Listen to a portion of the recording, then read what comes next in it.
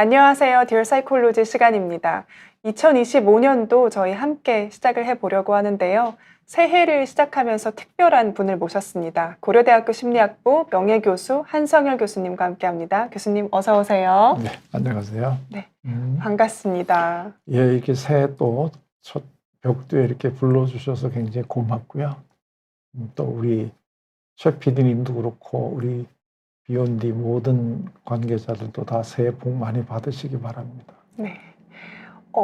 제가 이제 해를 시작하면서 새해 복 많이 받으세요라는 인사를 또 하고 또 사람들에게 올해는 어떤 마음으로 살아가면 좋을까 이 주제로 방송을 하고 싶었어요. 근데 딱 떠오르는 게 교수님밖에 없더라고요. 아, 그러셨구나. 왜 그런 생각이 드셨을까요? 이거 사회가 좀 아무래도 현안도 좀 복잡하기도 하고 사건 사고도 많고 좀 슬픈 일들도 있었잖아요. 그렇죠. 그렇다 보니까 좀 전반적으로 이걸 봐주실 분이 필요하다 이런 생각이 들었던 것 같아요. 아, 그렇죠. 사실 우리 어렸을 때는 제일 많이 어떤 어른을 만나거나 그럴 때 밤새 안녕하셨습니까? 그 인사를 참 많이 했어요. 요새는 이제 그 인사가 별로 없는데 밤새 안녕하셨다는 얘기는 밤 사이에 뭔가 일이 많이 벌어졌기 때문에 밤에 편안하게 지냈느냐는 게 굉장히 인사가 됐을 때도 있고요. 한때는 또 사람 만나기만 하면 식사하셨습니까? 이렇게 인사하실 때가 있었어요. 그 얘기는 한 끼 한 끼 밥 먹는 게 굉장히 어려웠기 때문에 사람 만나기만 하면 밥 먹었냐? 이 인사가 제일 또 중요한 인사였을 때가 있는데 사실 요즘에 보게 되면 정말 밤새 안녕했는지 정말 잘 지냈는지 이게 굉장히 궁금할 정도로 우리 사회가 지금 굉장히 혼란스럽고 불안하잖아요. 그래서 이때는 정말 야, 새해 복 많이 받아라 이런 얘기가 정말 금년 한 해는 마음 좀 편하게 이렇게 즐겁게 지냈으면 좋겠다 하는 이런 마음이 정말 많이 되는 그런 시대에 지금 우리가 살고 있어요. 근데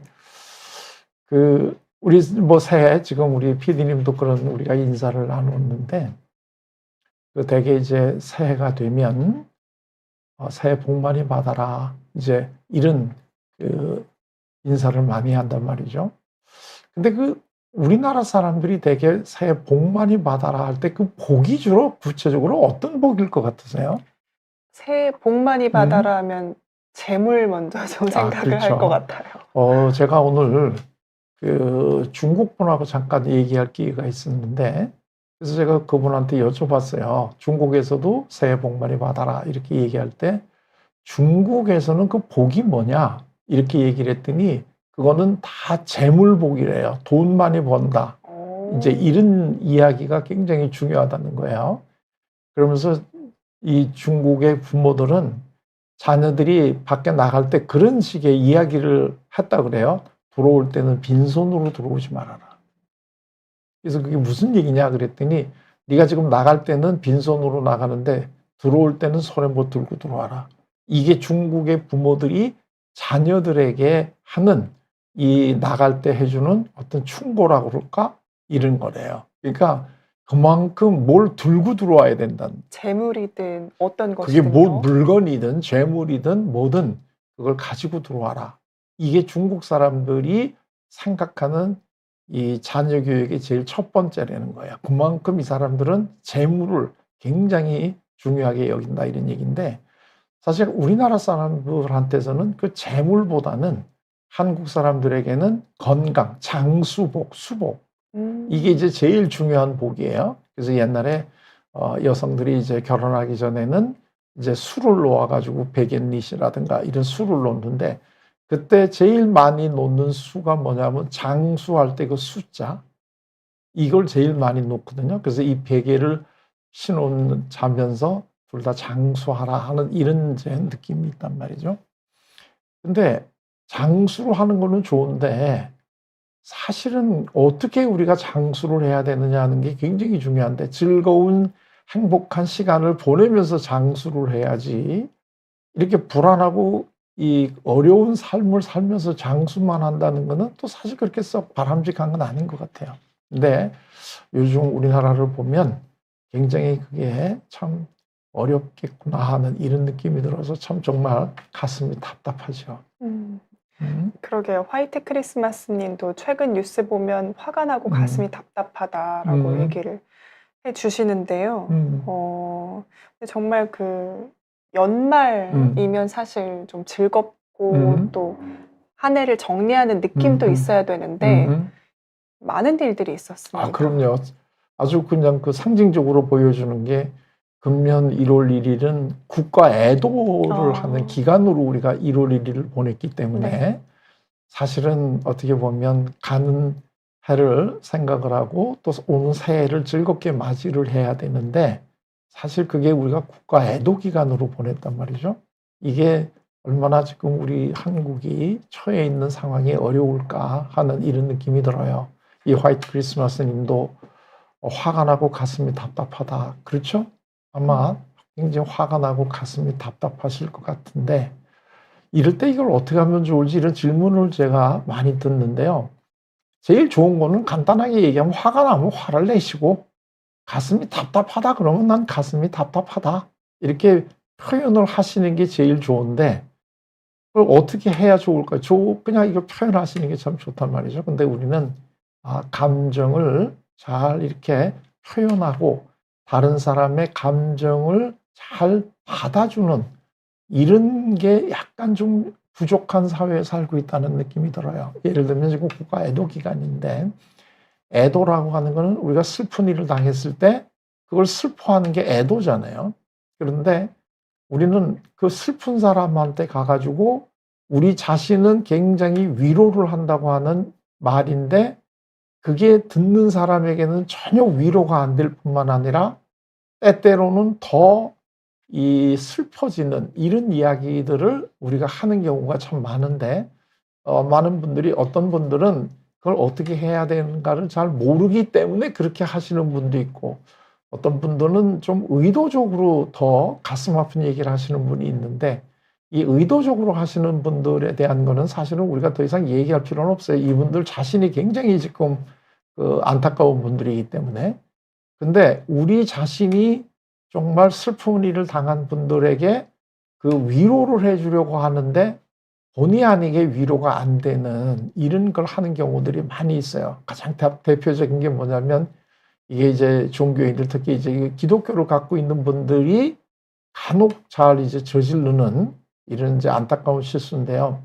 뭐 기독교인이라고 하면 뭐 죽은 다음에 이제 기독교를 잘 믿었다 그러면 예를 들면 뭐 천국에 간다. 이제 이게 그분들의 이제 신앙이란 말이죠. 그러니까 그 신앙이 그게 그분들의 신앙이니까 그건 뭐 우리가 어떻게 얘기할 수 있는 거는 전혀 아니고 그것도 그것대로 우리가 인정을 해줘야 돼요. 문제는 지금 같은 교회를 다니는 사람이 자기 부모를 여의어 가지고 지금 굉장히 슬퍼하고 있는 장례식장에 가가지고서도 예를 들면 아니 어머니가 예를 들면 하늘나라 갔는데 왜 슬퍼해? 이건 기뻐해야 될 일이지? 이렇게 얘기하는 분들이 있어요. 어, 근데 이제 그분의 마음은 충분히 이해가 돼요. 그러니까 너무 지나치게 슬퍼하지 말고 이제는 슬픔을 잊고 음, 이제 빨리 이제 그 정상적인 삶을 다시 하라. 이런 어떤 그런 마음일 거예요. 음, 그런데 그게 정말로 그 얘기를 듣고 이 유족들이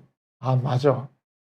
우리 어머니가 지금 이 좋은 데 가셨으니까 내가 이제부터 기뻐해야 되겠네. 내가 그거 몰랐네. 이렇게 마음을 먹고 갑자기 기뻐질까요? 그 얘기가? 안 그렇죠. 당연히 안 그렇죠. 그리고 어떤 생각이 딱 드느냐면 이분은 내가 얼마나 슬퍼하는지 내 마음을 전혀 모르시는 분이구나. 이런 느낌이 더 많이 들 거란 말이죠. 더 얘기를 하고 싶지 않을 것 그럼요. 같아요. 그러니까 이거는 지금 슬픔을 위로해주는 이런 게 아니란 말이죠. 그렇기 때문에 사실 장례식장에 가서 제일 그 위로가 안 되는 얘기가 슬퍼하지 말아라 더 이상. 아, 이제는 울음을 그쳐라. 뭐 이제 네. 너 혼자 무슨 뭐 부모님이 돌아가셨냐? 이런 얘기를 한다는 건 정말 이거는 그 본인이 이 위로가 안 되는 얘기를 하는 거란 말이죠. 본인은 위로하고 싶은 마음이 있는데 표현을 좀 그렇게 하는 거네요. 그렇죠? 네. 소통이 안 되게끔. 그러니까 이 슬픈 일을 당한 분들에게 애도를 할 수 있는 제일 좋은 방법은 계속 더 슬퍼하게 우리가 그거를 할 수 있는 분위기를 만들어 드리는 게 제일 좋은 도움을 주는 거예요. 그러니까 예를 들면 우리 요번에 이 사고뿐만 아니라 사실 네. 우리가 그런 사고를 몇 년에 한 번씩 이렇게 겪잖아요. 네. 근데 이때도 슬픈 일을 당한 그분들은 계속해서 거기서 못 벗어나고 있단 말이죠. 그렇죠. 그러면 이제는 그만해라 라든가 왜 자꾸 이렇게 그러냐, 이게 벌써 얼마나 오래됐는데 이렇게 얘기한다고 하는 거는 그분들의 이 얼마나 슬픈가를 잘 모르는 거죠. 왜냐하면 그분들은 사실은 평생 잊을 수가 없는 거예요, 그게. 그걸 잊을 수가 없는데 이제 그만해라 하는 이야기는 그 이야기를 하시는 분들도 이제는 그분들이 잊고 정상적인 삶으로 돌아왔으면 좋겠다라고 하는 이 마음을 가지고 있다는 건 충분히 이해가 되는데, 그러나 그분들이 정상적인 삶으로 돌아올 수 있게 하기 위한 가장 좋은 방법은 슬플 때까지 그냥 마음 놓고 슬퍼하게 그걸 만들어 드리는 게 제일 좋은 거예요. 그러니까 우리 예를 들면 많은 사회적으로 가슴 아픈 사건들이 있었는데 그분들이 오랫동안 그걸 잊지 못하고 지금도 그걸 하는 거는 충분하게 그 슬픔을 표현할 수 있는 기회를 얻지 못했다는 얘기도 되는 거예요. 그 시간에 어떻게든 그런 슬픔을 표현할 기회를 얻지 못했다. 그럼요. 그게 그 슬픔을 표현하지 못하는 이유가 예를 들면 옆에 있는 다른 사람들이 사회적으로도 이 정도 했으면 되지 않았나 하는 이런 식의 어떤 무언의 압력을 준다든가 또 다른 어떤 이유를 자꾸 들면서 그 슬픔을 표현할 수 없게 막는 게 굉장히 많단 말이에요. 네. 그러면 이 사람은 충분히 슬픔을 표현하지 못했기 때문에 그 슬픔에서 벗어날 수가 없는 거죠. 응? 그렇기 때문에 이제는 내가 됐다라고 느끼더라도 더 슬픔을 표현해도 괜찮아 하는 이러한 것들을 줄 때 오히려 그게 정말로 위로가 되는 거죠. 그러니까 여기 지금 어느 분이 몇 주 전에 모친상을 당한 친구를 어떻게 위로해야 될까요? 아직 30대인데 그러니까 얼마나 지금 저 모친상을 당한 저기 친구는 가슴이 메어지겠어요. 근데 그러면 얼마나 저분이 슬프고 정말 그렇겠어요. 그러니까 마음 놓고 슬퍼할 수 있게 놔둬야 되는 거죠. 충분히 더 슬퍼해라. 다른 사람하고 있을 때는 네가 네 슬픔을 표현하지 못할지 모르겠지만은 나는 네 친구니까 내 앞에서는 네가 어떤 이야기를 해도 좋고 어떤 감정을 표현해도 좋으니까 얼마든지 네가 지금 느끼는 감정을 마음 놓고 이야기해라. 이렇게 해주는 게 제일 어려움을 당한 친구를 위로해주는 방법이라는 거죠. 뭐 어떤 말을 해야 할까요? 이런 게 중요한 게 아니라. 그렇죠. 그건 그냥, 중요하지 않죠. 꼭 얘기해야 된다면 너 얼마나 슬프냐. 마음 놓고 우리 좀 슬퍼하자 하고 그 슬픈 마음을 당한 그 친구가 얼마나 슬퍼할까. 그리고 같이 제일 좋은 거는 손잡고 울어주는 게 제일 좋고요. 그러면 이 친구도 자기 마음을 이해해주고 같이 울어주는 친구가 있을 때만큼 위로가 되는 게 어디가 있겠어요? 그러게요. 근데 저희가 이렇게 개인적으로 혹은 정말 이렇게 공감이 되는 상황도 있고 혹은 제가 제3자라서 안타깝긴 한데 내 삶이 더 중요한 그런 때들도 있잖아요. 근데 그런 순간들이 있어서 현재 뭐 국가 애도 기간에 나오는 문제들도 있는 것 같거든요. 그러니까 그게 이제 본인이 애도를 하고 위로를 해주고 싶은데 그 방법을 잘 모르는 방법을 잘 몰라서 좀 그렇죠. 생기는 오해들이 있다. 오해들이 많죠. 근데 그 방법이라는 게 아주 제일 간단한 건데 내 감정이 먼저 나오는 게 아니라 상대의 감정부터 먼저 그거를 헤아려 주시는 게 중요하다는 거예요. 그러니까 너 읽기네요. 그렇죠. 너 읽기. 너부터 해준 다음에 그 슬픔을 당한 그 친구를 보는 나의 마음이 그 뒤에 나와야 된다는 거죠. 근데 그 교수님께서 저희 작년에도 강조해 주셨잖아요. 공감을 잘 하려면 우선은 너의 감정을 봐야 된다. 근데 저희는 왜 그게 그렇게 안 될까요? 그게 사실은 어렸을 때부터 좀 훈련이 돼야 되는데 네. 우리는 그 감정은 이성보다 좀 이렇게 낮은 이런 거라고 생각을 하기 때문에 감정을 표현하고 감정을 나누는 거는 그렇게 바람직하지 않다. 이제 이런 식의 생각들을 어렸을 때부터 많이 이렇게 교육을 받아요. 전에도 제가 한번 얘기를 드렸는데 크리스마스 캐롤 중에서 제가 제일 마음에 안 드는 것 중에 울면 안 돼, 울면 안 돼 이런 게 있는데 울면 왜 안 돼요? 슬프면 울어야죠. 더더군다나 다른 날도 아니고 크리스마스 같은 날은 내가 마음 놓고 슬플 때 좀 울어도 되는 날이 크리스마스 날 아닌가요? 그런데 너 울면 안 돼. 우는 건 나쁜 거야? 그러면 산타클로스 할아버지가 너한테 선물을 안 준다니 그 얘기는 우는 건 나쁘다. 감정이 나쁘다. 이제 이렇게 얘기가 되는데요. 여기 지금 그 어느 분이 나이가 들면 감정이 차분해질 줄 알았는데 더 감정적으로 변해가는데 이게 맞나요? 근데 저는 요 마지막 말씀이 좀 마음이 아파요. 맞나 틀리나? 아, 내 감정인데. 내 감정이죠. 내 감정은 항상 맞는 거죠. 근데 그걸 누구한테 내 감정이 맞나 틀리나를 평가를 받아야 되나요? 아, 역시 상담 심리학 하신 교수님답게 얘기해 주시네요. 어떻게 제 얘기가 좀 틀렸나요? 저희가 교육받기를 남한테 패기치지 말라 이 얘기를 부모님한테 정말 많이 듣잖아요, 어렸을 때. 그래서 막 더더욱 내가 뭔가 떼쓰고 혹은 내가 원하는 대로 하면 안 되는구나 이렇게 컸던 것 같아요. 그렇죠. 그 제가 이제 오늘도 상담을 두 분하고 상담을 이제 했는데 그분들은 둘 다 이제 그 자녀 교육 때문에 많은 힘이 들어가는 분들인데 이제 그분들이 나한테 한 얘기는 우리 애가 지금 이러이러하게 행동을 하는데 이게 얼마나 잘못된 거냐. 그리고 자녀가 그런 행동을 할 때 내가 너무나 섭섭했다. 이제 이런 얘기를 쭉 하시는 거예요. 그럼 맞죠? 본인이 그 자녀들이 그 자기한테 특히 그 아버지한테 대들거나 이제 이러는 거가 굉장히 섭섭하고 화가 나잖아요. 근데 이제 그래서 그분의 감정을 다 이제 그 공감을 하고 그 위로를 해드린 다음에 제가 질문을 했어요. 그런데 자녀는 왜 아버지한테 그렇게 대들까요? 그 자녀는 왜 그럴까요? 그랬더니 한 번도 그런 생각을 해본 적이 없다는 거예요. 근데 아니 자녀는 이유가 있으니까 그 아버지한테 대들지 않겠어요? 그게 아버지한테 대드는 게 즐겁기 때문에 하는 자녀가 어디 있어요? 그 혹시 우리 그 PD님은 어렸을 때 부모님한테 대들거나 막 이런 적이 있나요? 저도 사춘기 때는 좀 있었죠. 그렇죠. 근데 그게 음. 편하고 그렇게 하는 게 쉬운 거고 그렇던가요? 그렇진 않죠. 방문 쾅 닫을 때 얼마나 심장이 쫄리는데요. 저는 굉장히 많이 했어요. 이 대드는 거를.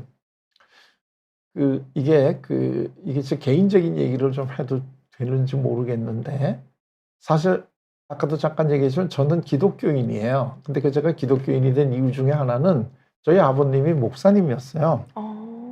그런데, 참, 이게 화가 나는 일이 참 많잖아요. 교회에서 어렸을 때부터 이 성장해 간다는 게. 근데 이걸 자꾸 교회에서는 내리 누른단 말이죠. 그렇죠. 뭔가 제한이 좀 생기고. 그렇죠. 그리고 보통 제한이 생기는 게 아니라 너는 아버지가 목사인데 목사님인데 네가 이렇게 되면 되냐? 남보다 네가 더 모범이 돼야지. 이제 이런 얘기를 사실 그분들은 이렇게 쉽게 저한테 얘기를 하는데 저는 그게 굉장히 큰 이 중압감으로 다가온단 말이에요. 어렸을 때. 근데 그러니까 한편으로는 굉장히 내가 이렇게 반항하게 되고 그래서 내가 굉장히 심하게 반항을 참 많이 했어요. 여기서 다 이렇게 전국적으로 얘기하기는 어려운데 하여튼 이런 정도까지 했을까 싶을 정도로 반항을 굉장히 제가 크게 했어요. 근데 그게 하나도 기쁘거나 좋아서 하는 게 아니에요. 그걸 하고 나면 얼마나 그 가슴이 아픈지 몰라요. 그래도 내가 그렇게 할 수밖에 없는 이유는 나한테 목사님 자녀니까 이렇게 살아라 하는 이런 얘기를 나를 위해서 해주시는 건 알지만 한편으로 내가 하고 싶은 얘기는 그렇기 때문에 내가 얼마나 사는 게 힘들지 내 마음을 좀 헤아려 주실 수는 없나요? 이게 가장 기본이란 말이죠. 그러니까 어느 누구도 자꾸 이제 그런 식으로 뭐 하지 말아라 이렇게 얘기만 하지 그 얘기를 듣는 나의 마음 이게 어느 누구도 얘기를 안 해주는데 그게 이제 우리가 심리학적 용어로는 공감이라는 얘기잖아요. 공감. 네.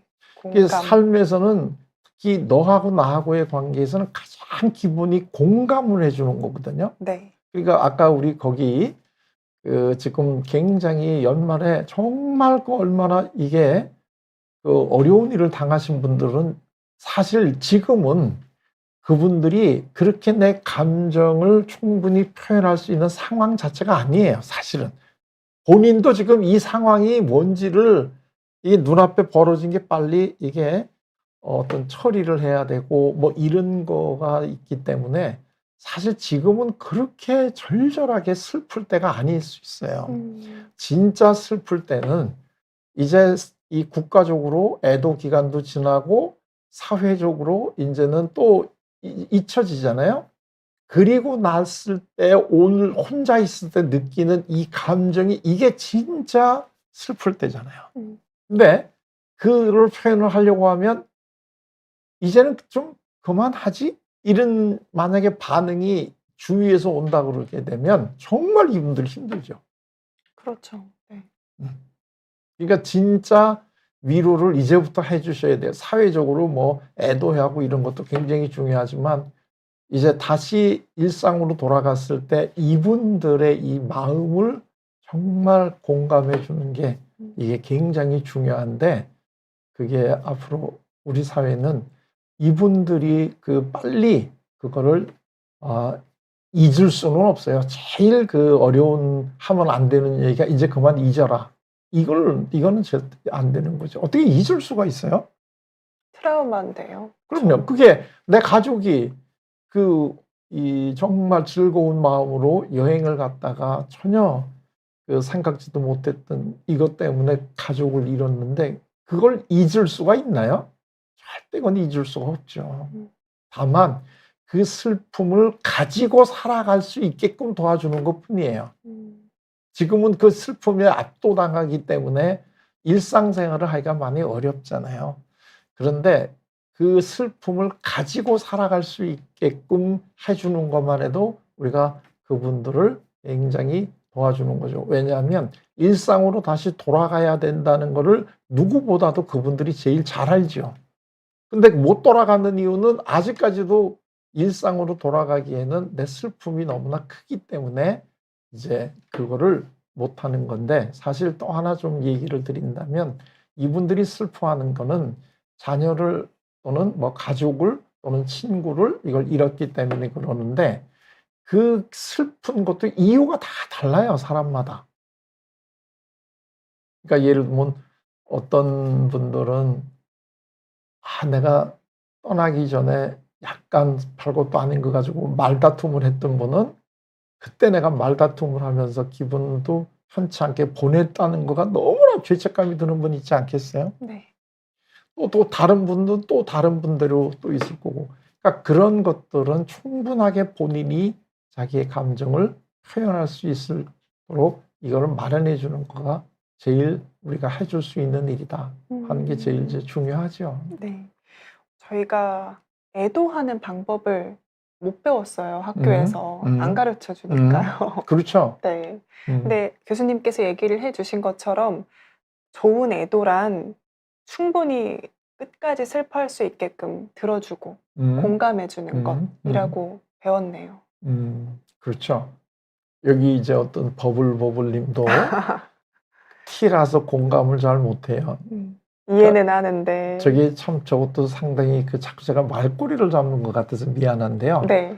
T라서 공감을 못하는 게 아니에요. 요새 MZ세대가 저렇게 얘기합니다. 그렇죠. 사실 공감을 못하니까 본인이 T라고 나오는 거죠. 근데 인과가 바뀌었다. 그럼요. 이제 저게 심리 검사가 참 잘 해석을 해야 되는데 네.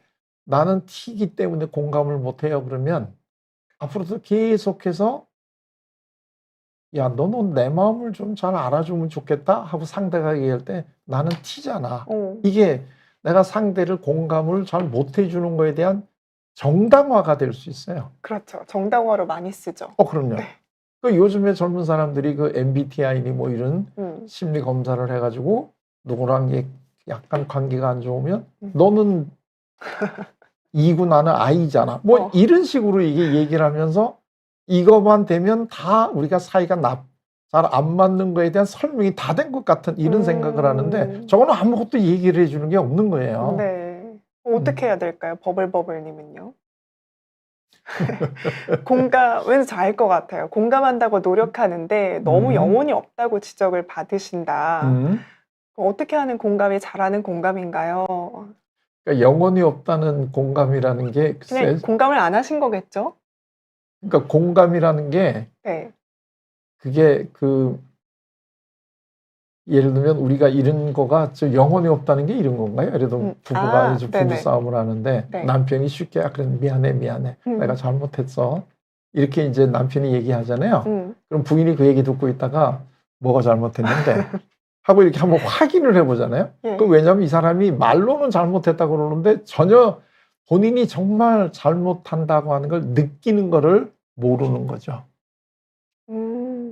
그러니까 상대방은 느끼는데 그러니까 상대방이 미안하다고 얘기를 하는 거를 내가 와닿지가 않는다는 네네, 거죠. 맞아요. 내가 와닿지 않는다. 그러니까 그게 이제 소위 예를 들면 영혼이 없이 공감을 한다 뭐 이런 표현일지도 모르겠는데 아주 참 중요한 그 질문인데요.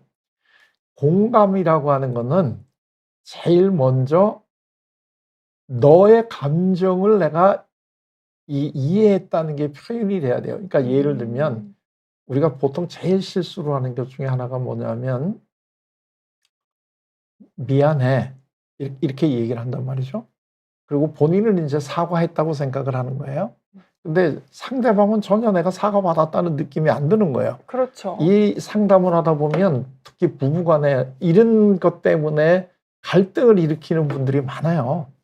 그래서 내가 벌써 몇 번이나 잘못했다고 사과하잖아. 그러면 상대가 나는 그 사과가 전혀 내 마음에 안 와닿아. 이제 이렇게 얘기하면 그럼 내가 어떻게 더 사과를 해야 되냐? 이제 이렇게 얘기를 하는데요. 이게 굉장히 왜 저 영혼이 없다라고 느껴지느냐 하면 대화는 나 혼자 하는 게 아니고 상대가 있어야 되잖아요. 그럼 내가 공감을 한다 그럴 때 이거는 나는 너를 공감한다. 너 얼마나 이렇게 하는 게 아니고 너의 마음이 지금 어떨 건가 하는 거가 구체적으로 적시가 돼야 돼요. 이게 사과를 잘하는 방법이거든요. 네. 내가 이러이러한 방법으로 했기 때문에 네가 얼마나 힘들었는가. 예를 들면 부부간에 남편이 좀 늦게 들어왔더니 아내가 굉장히 걱정을 했어요. 남편이 당연히 들어오면 그다음부터는 짜증이 일단 나잖아요. 안심이 되긴 하지만 전화라도 좀 하면 안 돼? 뭐 이제 이런 식으로 얘기할 때 미안해 이렇게 얘기하면 이게 내가 느낌이 안 온단 말이죠. 그럴 때는 어떻게 해야 되냐면 상대도 나의 대화에 이렇게 끌어들여 줘야 돼요. 나하고 너하고 이렇게 떨어뜨려 놓으면 안 되고 그 얘기는 뭐냐면 내가 늦게 돌아왔기 때문에 당신이 느꼈을 감정을 내가 먼저 헤아려 줘야 돼요. 1번은 감정을 헤아려 줘야 되는 거죠. 그게 뭐냐면 내가 늦게 들어와서 무슨 일이 있었을까 봐 굉장히 걱정이 됐지. 이거부터가 나와줘야 된다는 거죠. 너의 감정을 내가 이해한다는 걸 해줘야 될 거 아니겠어요? 네. 그래서 내가 미안한 거예요. 그것만 하면 되나요? 감정 그렇죠. 헤아리기? 근데 대개 경우에 미안해 이것만 얘기하는데 그러면 저 사람이 지금 뭐 때문에 미안하는지 내가 늦게 들어올 때 어떤 느낌이었는지 정말 아나 하는 이런 느낌이 드니까 내가 그게 상대가 나한테 이해를 하는 것 같은 이런 느낌이 잘 안 든다는 거죠. 그러니까 항상 뭐 때문에 내가 그렇다 너의 얘기 그러니까 칭찬하는 것도 마찬가지죠.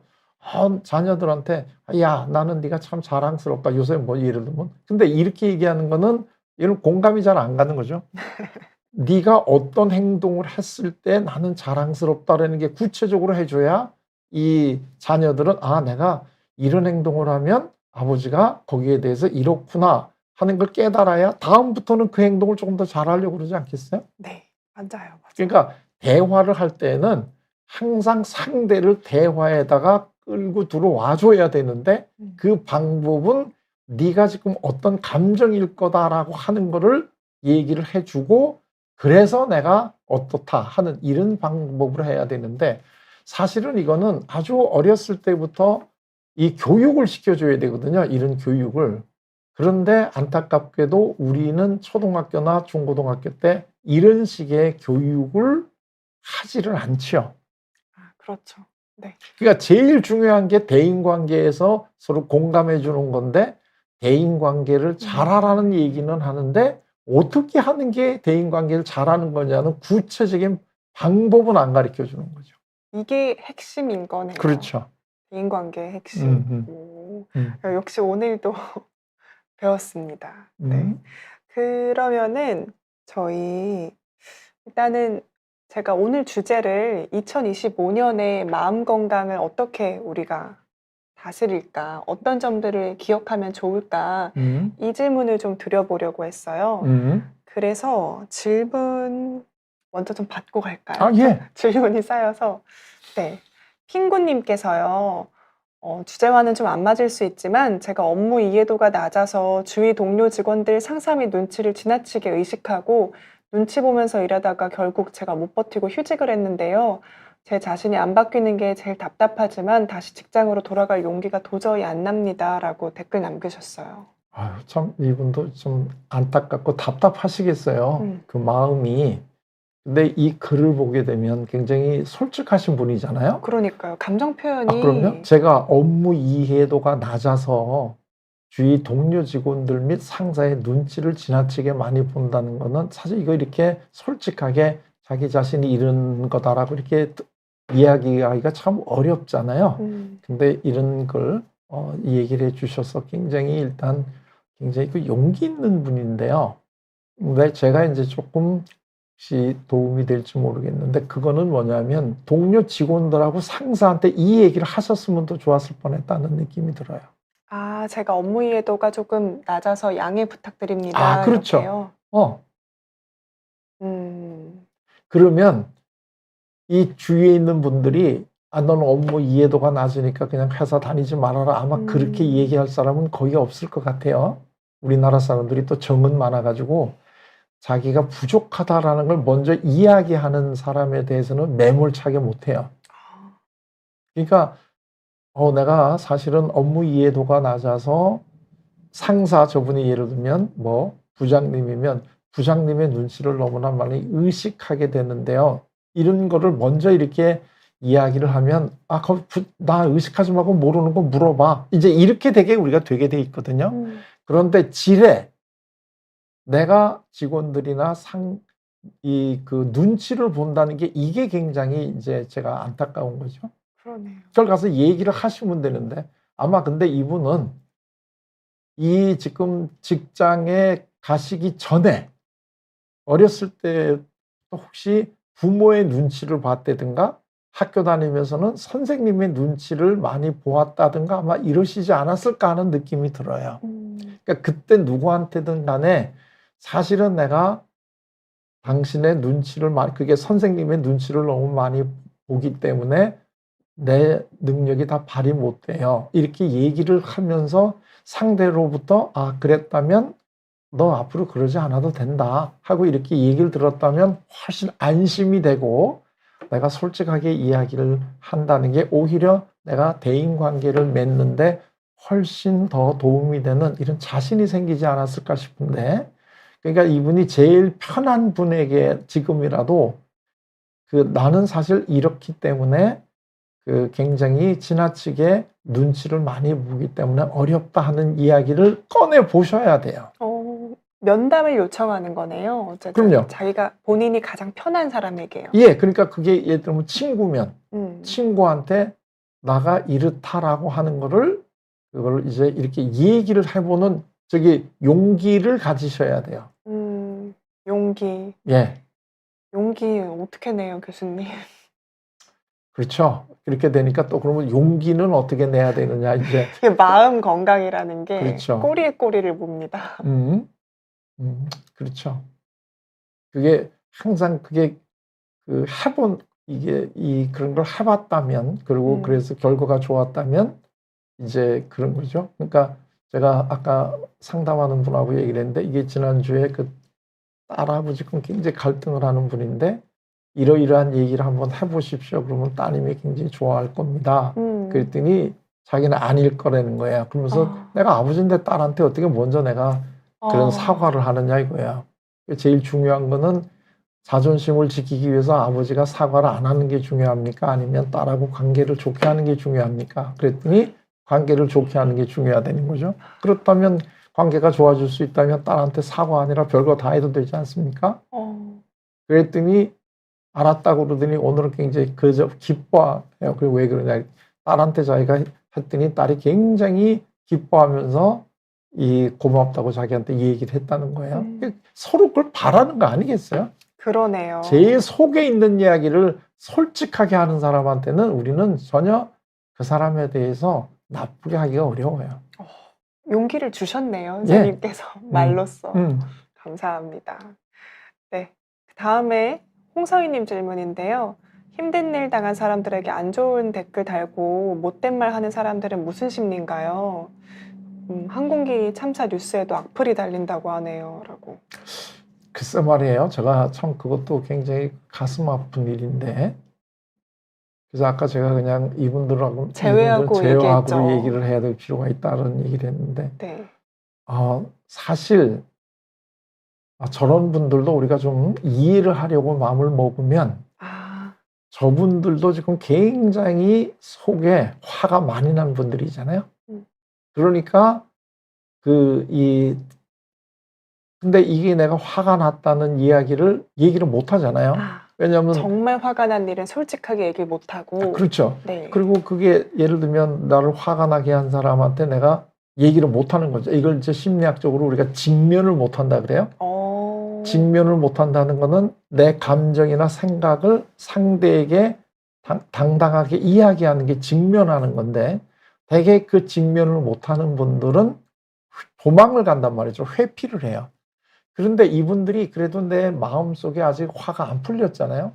그렇기 때문에 익명이라고 하는 그 감추어진 상태에서 이런 분들에게 이 안 좋은 댓글을 다는 걸로 자기 지금 화를 풀고 있는 거니까 사실 저분들도 어떻게 보면 굉장히 안타깝고 불쌍한 분들이죠. 네, 그렇죠.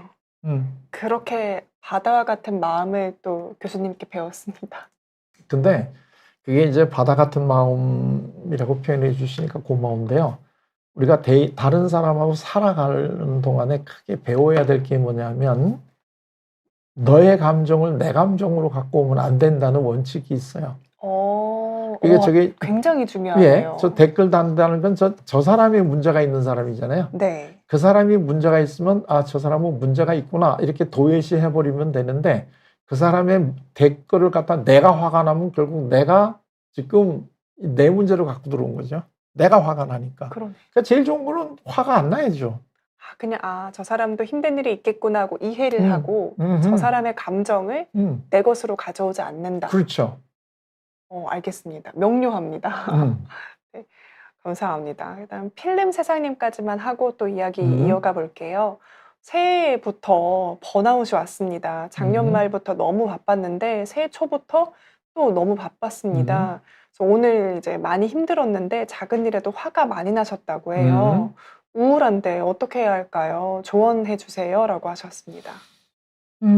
그러니까 이분이 지금 새해부터 번아웃이 왔다는 거는 너무 바쁘시다는 거잖아요. 그렇죠. 작년 말서부터 너무 바빴는데 새해 초도 지금 너무 바쁘다.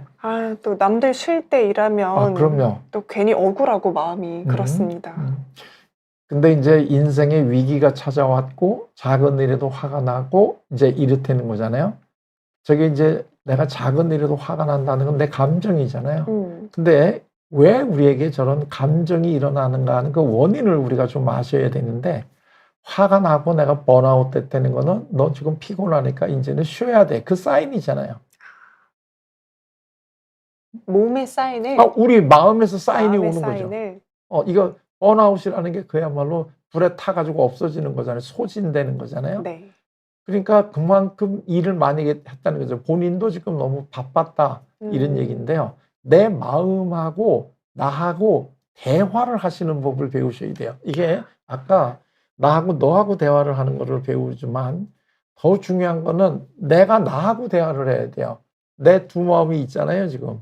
그러니까 내가 번아웃이 돼서 힘든 내 마음도 있고, 그렇기 때문에 지금 내가 빨리 도와달라는 얘기는 여기서 빨리 나와야 된다는 얘기잖아요. 그러니까 내 마음은 두 마음이 있잖아요. 힘들어서 번아웃된 마음이 있고, 또 하나는 빨리 여기 나와야 되는데, 우리는 잘못 생각하는 게 뭐냐면, 뭐 번아웃된 이거는 나쁜 거고, 그래서 빨리 내가 나와야 된다고 얘기를 하는데, 이렇게 생각을 하시지 마시고, 내 마음 속에 번아웃된 마음도 있고, 그걸 안타까워하는 마음도 있잖아요. 이 두 마음이 대화를 하셔야 돼요. 그러니까, 너 요새 굉장히 마음이, 우리가 일을 너무 많이 했기 때문에 너 많이 힘들구나 하고 내가 내 마음에 대해서 위로를 해주셔야죠. 먼저는 그거부터 해야 되네요. 그럼요. 이게 그러면, 사인이니까요. 그럼요. 네. 그럼 내 마음이 굉장히 편해져요. 왜냐하면 여러 가지로 내가 번아웃 되는데, 그 번아웃 되는 이유가 나는 이렇게 바쁘게 나름대로 일하는데, 내가 그렇게 바쁘게 잘하려고 일하는데 누군가가 여기에 대해서 인정을 해줘야 되는데 아무도 인정을 안 해준다. 예를 들면. 그럼 내가 마음이 어떻겠어요? 화가 나죠. 그렇죠.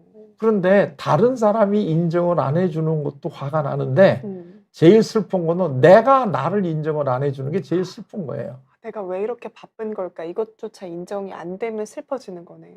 그렇죠. 네. 그럴 때는 제일 그냥 쉬운 방법을 하나, 쉽지만 굉장히 효과적인 방법은, 예를 들면 앞에 되게 이제 뭐 집에 가면 인형이 있다든가, 아니면 무슨 이런 그 쿠션 같은 게 있잖아요. 네. 그걸 이렇게 이제 그 앞에다 이렇게 놓고, 이거를 번아웃된 나잖아요.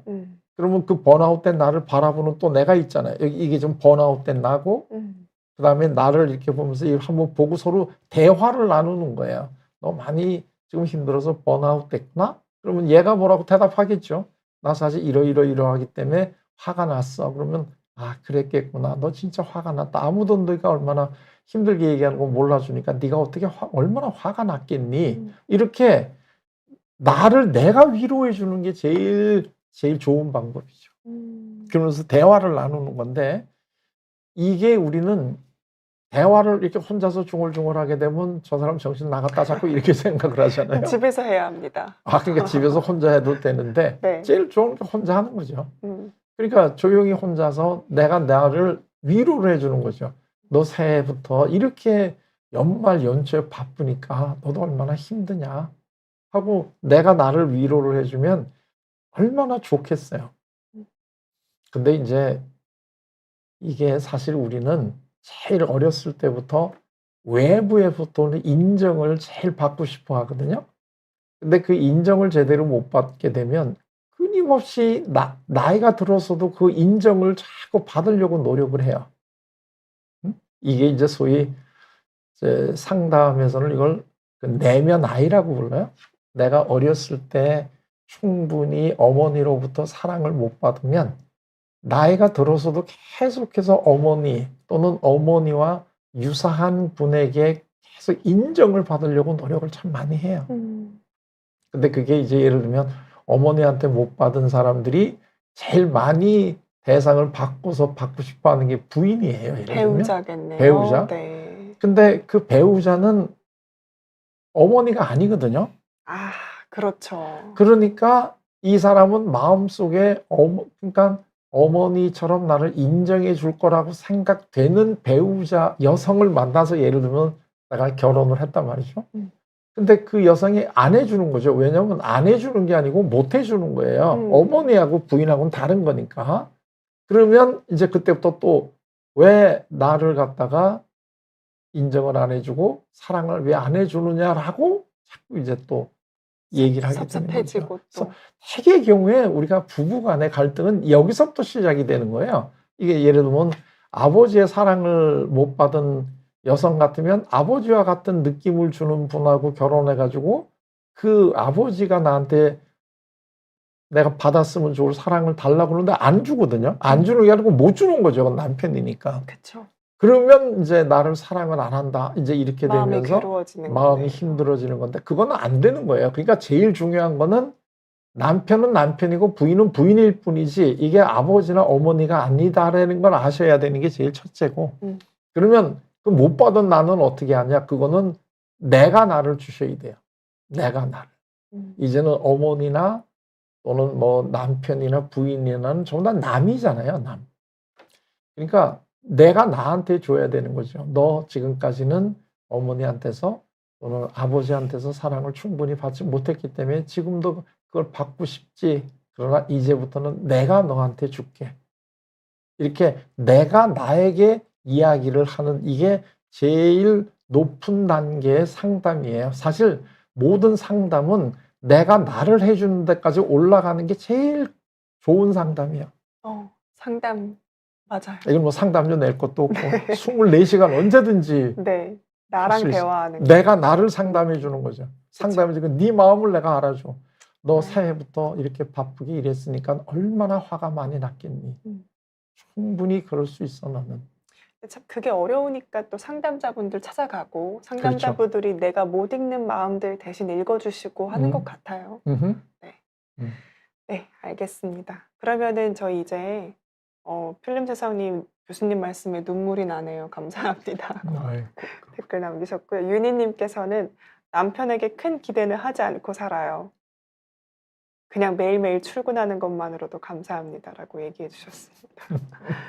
오영도님께서 너의 감정을 내 감정으로 갖고 오면 안 된다. 교수님 이 말씀 간직합니다. 마음으로 훅 들어왔어요. 라고 하트 주셨네요. 그럼 됐다니까 다행입니다. 그러면 저희 마지막으로 그 교수님께서는 긍정심리학 분야의 권위자이시잖아요. 2025년을 저희가 앞두고 굉장히 불안하게 시작을 하고 있어요. 또 이렇게 주변 분들을 살펴보면 이게 좀 끝맺음이 잘 안 되고 벌레벌레 그냥 시작되는 것 같다라고 얘기를 하시는 분들이 종종 있더라고요. 마음 건강에 대해서 또 얘기해 주신 분이니까 어떻게 하면 저희가 올 한 해를 건강한 마음으로 살아갈 수 있을지요? 그게 지금 이제 그런 얘기 우리가 이런 이제 어떤 그 참사가 일어나니까 내가 이제 뭐 비행기 타기가 굉장히 두렵다 이래가지고 뭐 그 여행 예약을 취소도 하고 이러시잖아요. 네. 그건 사실 제일 굉장히 어떻게 보면 당연한 이런 반응이라고도 볼 수가 있어요. 왜냐하면 나도 내가 지키고 싶고 두려워지는 거니까. 근데 이제 또 어떤 분의 얘기하면 이때야말로 이제 비행기 탈 때다. 왜냐하면 모든 거를 또 사고 나면 안 되니까 정비나 모든 걸 제일 철저히 할 때다 이때가. 그렇기 때문에 이때가말로 제일 아주 안전할 때다. 또 이렇게 얘기하시는 분도 있더라고요. 그러니까 우리가 아까 지금 긍정심리학이라고 하는 거를 얘기를 하셨는데 긍정심리학이라는 거는 동일한 사태를 부정적으로 자연적으로 보는 거를 좀 더 긍정적인 면에서 다시 한번 생각해 볼 수 있는 거잖아요. 그러니까 이번 기회가 다시 우리가 이런 사고를 미연에 방지할 수 있는 어떤 그거를 할 수 있는 참 좋은 기회다라고 생각을 하면 그게 그렇다 그래가지고 이게 슬프지 않다는 얘기가 아니고 슬픈 건 당연히 슬픈 거고 그건 그것대로 우리가 충분히 애도를 하고 하지만 방법도 알려주셨죠. 또 다른 거로는 이걸 통해서 더 안전한 운항을 할 수 있는 그 미진한 것들을 할 수 있는 더 좋은 이런 기회가 될 수 있다라고 하는 면에서 생각을 해보게 되면 같은 상황을 우리가 부정적인 것뿐만 아니라 긍정적인 거로 볼 수 있는 이걸 가질 수 있다는 것이 굉장히 이제 건강해지는 하나의 지름길이잖아요. 우리가 그걸 이제 긍정심리학이다. 이제 이렇게 볼 수 있는 건데, 그런 마음을 우리가 좀 가지는 것이 굉장히 좋다. 그러니까 이 상황이 나쁜 거는 다 나쁜 것만 아니고, 예를 들면, 내가 또 한 살 먹었다. 그러니까, 이제부터 나이를 물어보지 마. 뭐 이제 이런 식으로 얘기를 하시는 분도 있는데, 그거는 부정적으로만 보면 또 내가 나이가 들었다는 게 나쁠 수가 있지만, 사실 나이가 든다라고 하는 게 나쁜 것만 있는 게 아니에요. 처음에 얘기해 주셨던 게 저 기억에 남아요. 그러니까 그거를 또 우리가 받아들이게 되면 내가 또 한 해 더 그만큼 성숙해질 수 있겠구나라고 생각을 해보면 그건 또 그것대로 굉장히 좋은 거죠. 그러니까 이 그 마음을 어떻게 우리가 마음을 변화시키느냐 이 방법을 배우는 거잖아요. 우리가 이 현명하게 산다는 거는. 알겠습니다. 음. 그러면은 올 한 해 저희가 또 가져야 할 마음 조언 하나는 관점을 좀 달리해서 보자라고 아, 그렇죠. 이해해도 될까요? 그리고 이것도 제가 전에 한번 말씀을 드렸던 것 같은데 내가 불안하다, 슬프다 이런 감정은 전혀 부정적인 건 감정이라는 건 없어요. 모든 감정은 다 그때 우리가 그거를 표현을 해야 되기 때문에 존재하는 거예요. 우리가 살기 위해서 마음이. 그런데 우리가 이걸 막아서 문제가 생기는 거예요. 그러니까 화가 난다는 게 나쁜 게 아니고 화가 날 때는 화를 내는 게 제일 좋은 거죠. 내가 화가 났다는 거, 섭섭하다는 거, 이거를 표현을 하는 게 제일 좋은데 문제는 이거가 상대방이 오해될 것 같다 이렇게 되면은 오해 안 될 수 있는 상황에서 하는 게 제일 중요하죠. 그게 아까도 얘기를 했지만 나를 여기다 앉힐 뿐만 아니라 나를 화나게 한 사람을 앉혀놓고 실컷 욕하면 되잖아요. 내가 나한테 이러면 안 되지. 네가 그렇게 얘기하면 내가 얼마나 섭섭한 줄 아냐? 막 이러면서 내가 차마 당사자한테는 못했던 이야기를 풀어내면 훨씬 더 마음이 편해지는 거죠. 알겠습니다. 음. 꿀팁도 주셨네요. 음. 알겠습니다. 네, 그러면 저희 오늘 라이브 방송 시간이 다 되어서 마무리하려고 하는데요. 하나만 더 드리면 저팔계 다리털님도 질문하셔서 올해 마음 건강을 위해 어떤 계획을 세우셨는지 비법 하나만 있다면 이거 말씀해 주신 것과 다르게 교수님만의 어떤 그런 새해 계획이 있으신지도 여쭤봐도 될까요? 글쎄요, 그 특별하게 저는 뭐 새해라 그래가지고 죄송한 얘기인데 뭐 특별히 나는 뭐 이 12월 31일이라고 1월 1일이 뭐 그렇게 특별하게 저한테 다르게 아니기 때문에 네. 이제는 새해라 그래서 무슨 누가 나한테 세뱃돈 주는 것도 없고 그래가지고 이렇게 크게 기쁘진 않은데 또 그래도 한 해가 변했다니까 마음을 다시 가지는 게 뭐냐면 아까도 얘기했지만 이 내 마음이 부정적인 거를 긍정적으로 바꾸는 거를 어떤 일이든지 하려고 해요. 그런데 여기서 한 가지 제가 또 이제 아까도 얘기를 했지만 부정적인 마음을 긍정적으로 바꾸고 싶다고 하는 마음, 이건 많은 분들이 자기도 그렇게 하고 싶다 그래요. 그런데 그 부정적인 마음을 긍정적으로 바꾸는 가장 좋은 방법은 이 부정적인 방법을 누르면 안 돼요. 부정적인 감정을 누르면은 절대로 긍정적인 감정이 갈 수가 없고 그때 내가 긍정적인 거는 척하는 거에 불과해요. 근데 우리의 그 마음의 깊은 데서는 인간은 기본적으로 긍정적이고 싶어하는 마음이 제일 원초적인 감정이에요.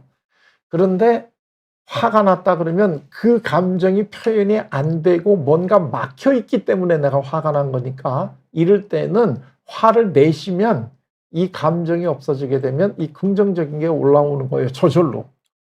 그래서 긍정적인 건강을 가지고 살고 싶은 제일 좋은 방법은 부정적인 감정을 표현을 하셔야 된다는 게 제일 먼저부터 하는 거예요. 여기서도 내 감정은 틀리지 않았다. 감정은 절대 틀릴 수가 없어요. 틀리지 않았으니까 어떤 감정이든지 일단은 표현을 해야지 내가 긍정적인 사람이 되고 싶다라고 한다면 그 목표를 이룰 수 있다라는 걸 이해를 해야겠네요. 그렇죠. 그러니까 혹시 부부간에 이 혹시 방송을 보시는 분이 있다면 금년에는 절대 부부싸움을 하지 말아야지. 이분들 굉장히 잘못 생각하시는 거예요. 금년에는 더 자주 부부싸움을 하셔야 돼요. 왜냐하면 부부싸움을 한다는 거는 내가 상대에게 가지고 있었던 화났던 거를 표현한다는 거잖아요. 네. 그러니까 그걸 하셔야지 다시 풀리겠네요. 좋은 풀어지는데 이거를 내가 참고 그러면 이 마음이 안 풀어지잖아요. 그렇죠. 그러니까 부부싸움을 안 하는 게 중요한 게 아니라 부부싸움을 잘하는 걸 하셔야 돼. 부부싸움을 잘한다는 거는 내 마음에 있는 부정적인 거 쌓았던 거를 풀고 더 서로 좋은 마음으로 살아갈 수 있는 게 부부싸움의 원래 하는 목적이란 말이죠. 알겠습니다. 오늘도 많이 배웠습니다, 교수님. 저는 교수님하고 이야기할 때 되게 재밌더라고요. 아, 그러세요? 네. 많이 배우는데 저만 그런 게 아닌 것 같습니다. 시청자분들도 복댕이님께서 오늘도 좋은 말씀 감사합니다. 새해 복 많이 받으세요. 라고 예, 새해 복 많이 받으세요. 인사해 주셨고요. 윤희님도 한 해도 잘 살았어 하고 제 자신을 칭찬해 줍니다. 라고 댓글 예, 남기셨어요. 그렇죠. 티파니에서 아침을 님도 교수님 오늘 강의 유익했어요. 감사합니다. 핑구 님도 제 이야기도 읽어주셔서 감사드리고 죄송하다고 또 얘기해 주셨습니다. 네. 새해 복 많이 받으세요. 예, 우리 PD님도 새해 복 많이 받으시고 네. 금년에도 좋은 방송 많이 하시기 바래요. 네, 그러면 저희 오늘 방송은 여기서 마무리하도록 하겠습니다. 주신 말씀 기억하고 내 감정은 틀리지 않았다. 어떤 감정이든 잘 인정해라. 인정하고 잘 표현하자. 예. 네, 알겠습니다. 고맙습니다. 좋은 밤 되세요.